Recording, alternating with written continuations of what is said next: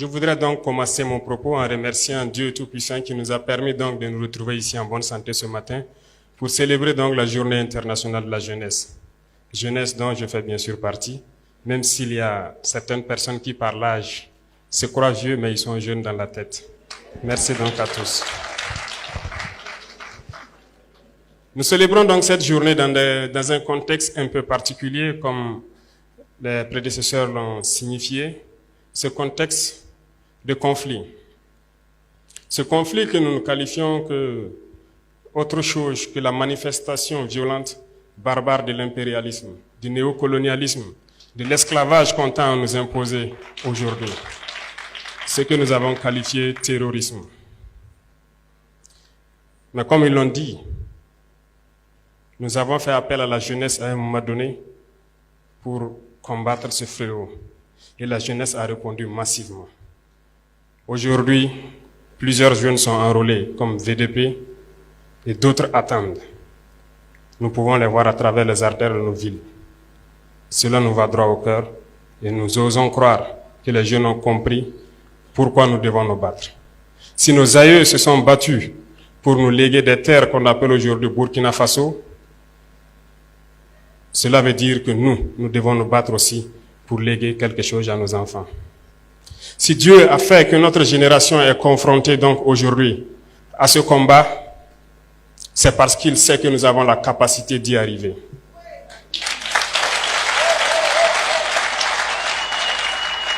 Et je sais compter sur tous pour qu'on y arrive. Le combat n'est pas seulement que militaire sur le terrain, mais le combat est beaucoup plus profond. Dans ce sens que nous devons aussi combattre à changer la mentalité. Notre génération a peut-être grandi dans un système qui nous a façonnés, qui est très difficile à changer peut-être, mais pas impossible. Peut-être que parmi nous, certains se retrouvent encore avec peut-être des caractères dont on ignore la portée, mais j'aime le dire, pour citer un auteur, il n'est pas d'homme plus méchant qui ne puisse changer son cœur si on lui enseigne comme il le faut les voies de la sagesse. Je pense que chacun d'entre nous peut changer. Et dans ce sens, il y va de soi qu'on puisse se pardonner lorsque quelqu'un n'est pas sur la voie qu'on espère, mais en même temps en lui enseignant les bonnes manières pour qu'on puisse changer. Parce que l'arme fatale de l'impérialisme aujourd'hui, c'est la manipulation. Et la jeunesse est la cible. Notre pays, ou je dirais l'Afrique, est en majorité jeune. Et la jeunesse est la cible de cette manipulation.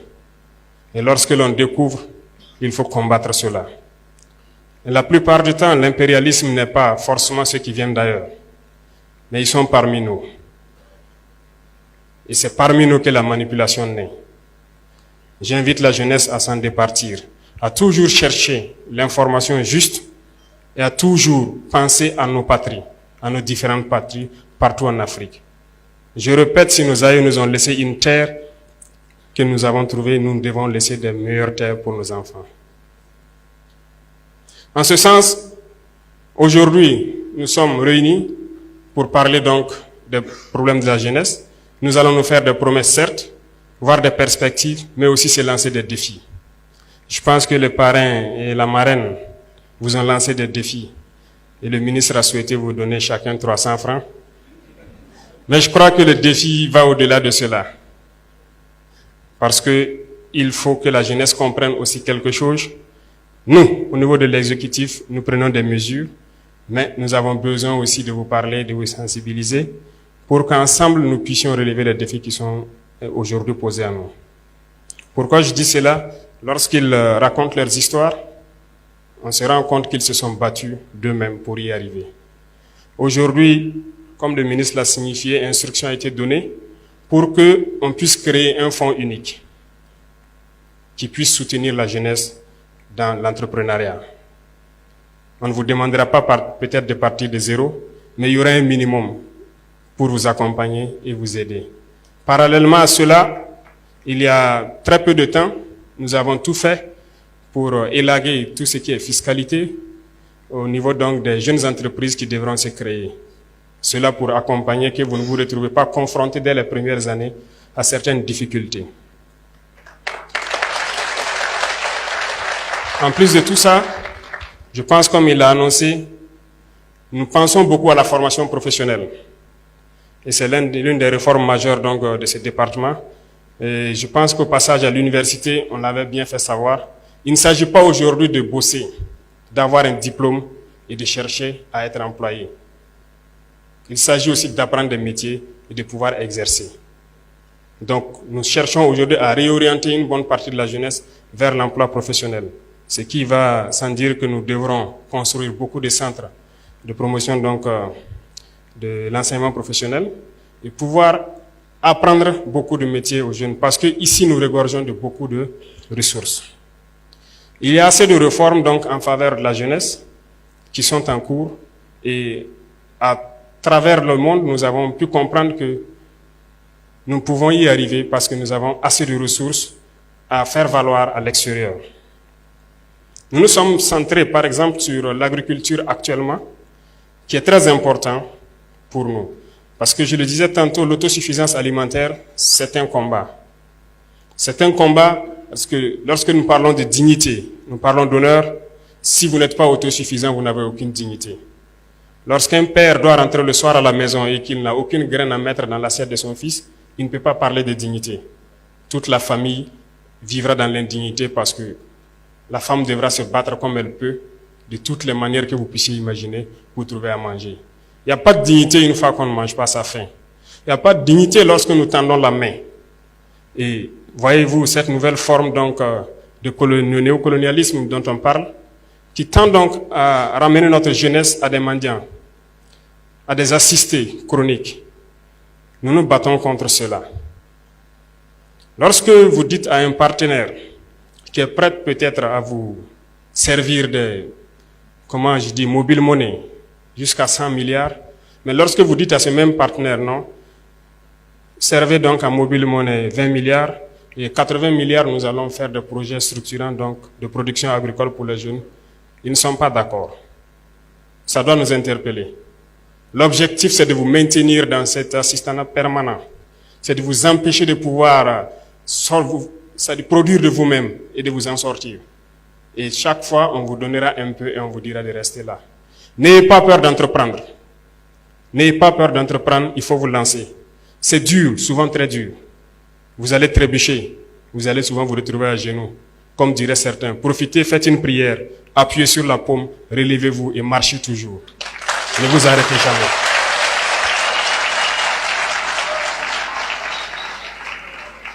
Et même ceux qui ont de l'emploi quelque part, ne vous en tenez pas seulement à votre emploi. Cherchez à investir, cherchez à développer quelque chose d'autre en parallèle. Parce que depuis, comme je vous disais, notre génération est dans un système assez complexe. On nous a peut-être appris qu'il faut juste avoir un emploi, un bureau, et on s'assoit et voilà, le salaire tombe à la fin du mois. Ça ne peut pas vous rendre heureux, ça ne peut pas. Votre salaire doit servir à développer quelque chose d'autre. Nous sommes militaires, moi je suis entrepreneur aussi depuis quelques années de cela, en tant que jeune. Parce que nous ne sommes autorisés qu'à faire que l'agriculture, l'élevage. Je pense que les dévanciers qui ont mis ça dans les textes, ils ont très bien compris. Et nous participons donc à cela. Nous avons essayé, nous avons vu que c'est dur, mais la plupart du temps, lorsqu'on persévère, on peut finir par se frotter les mains. Donc je vous encourage à ne pas vous décourager pour ceux qui sont en train de chercher à entreprendre. Ne vous découragez jamais. Il faut reprendre. Le chemin est toujours plein d'embûches. Mais vous ne devez pas vous arrêter, parce que vous allez finir par réussir. Nous sommes extrêmement riches ici au Burkina, nous pensons le temps à le dire. Aujourd'hui, nous décidons de réorganiser un peu notre société. Certes, certains textes ou certaines conventions qui avaient été signées étaient très contraignantes, faisaient que notre pays aurait du mal à s'en sortir. Aujourd'hui, grâce à vous, nous sommes en train de relire beaucoup de textes pour essayer de donner à nos nations ce dont elles doivent mériter. C'est dans ce sens que lorsque nous prenons par exemple le volet de l'orpaillage, votre thème en dit long sur l'employabilité des jeunes en milieu rural, beaucoup de nos jeunes se retrouvent aujourd'hui sur les sites artisanaux de production. dans des conditions les plus pénibles. C'est peut-être ce qui s'est passé en Europe ou en Amérique dans les années 1800, lorsque les hommes rentrent eux-mêmes dans des galeries, qu'ils creusent eux-mêmes pour sortir le minerai. Nos jeunes continuent de vivre cela, au péril de leur vie. Nous essayons aujourd'hui de moderniser un peu. C'est à l'issue de ça que nous avons créé donc la SONASP, une société qui va se permettre de pouvoir exploiter et de commercialiser nos substances précieuses, notamment l'or. L'or que les jeunes exploitent, que d'autres personnes viennent acheter à vil prix et qui contribuent à nourrir le terrorisme qui sort du pays sans que nous n'ayons aucun contrôle. Nous avons décidé de créer cette société pour essayer de reprendre le contrôle de nos sites miniers et pouvoir permettre aux jeunes qui y sont de produire de façon plus mécanisée et plus respectable. Nous voulons aussi que chaque région puisse produire une spécialité. Ça pourrait être sûrement dans le domaine de l'agriculture parce que nous avons d'immenses potentialités. Nous avons des réserves d'eau naturelles, des lacs un peu partout à travers le pays, des rivières qui coulent et des barrages par-ci par-là, mais qui ne sont pas exploités. Nous sommes en train de vouloir lancer dans chaque région et c'est pour ça que ici je vous annonce qu'il y aura un représentant de chaque région au niveau de la présidence comme chargé de mission.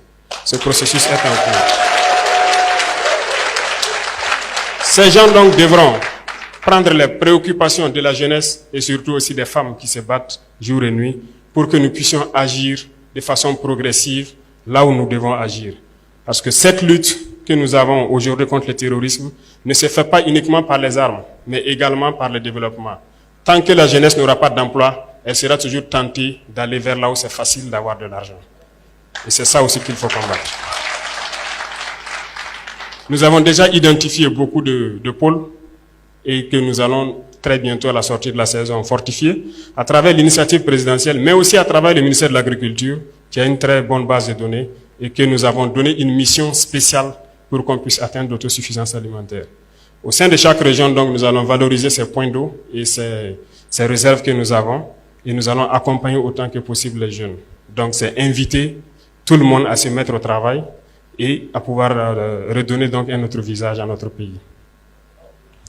Il y a beaucoup d'autres chantiers en cours et nous ne pourrons pas tout détailler ici. Je pense qu'au fur et à mesure, le ministère va se mettre à l'œuvre pour pouvoir, à travers le Conseil national des jeunes et à travers donc ce complexe que vous allez bâtir, je suppose que ce sera donc l'incubateur majeur qui pourra permettre de répercuter donc toutes les initiatives en faveur des jeunes vers les différentes régions. Peut-être que nous ne serons pas très longs, il y a un champ d'échange à venir, mais je souhaiterais vous dire, et j'insiste dessus, de ne pas avoir peur de risquer. L'entrepreneuriat, c'est du risque. Nous avons élagué tout ce qui est fiscalité autour. C'est un message à l'endroit de vous les jeunes. Initiez quelque chose. N'ayez pas peur de risquer. Pas de risque, pas de plaisir. Risquez, lancez-vous. On vous accompagnera autant qu'on peut.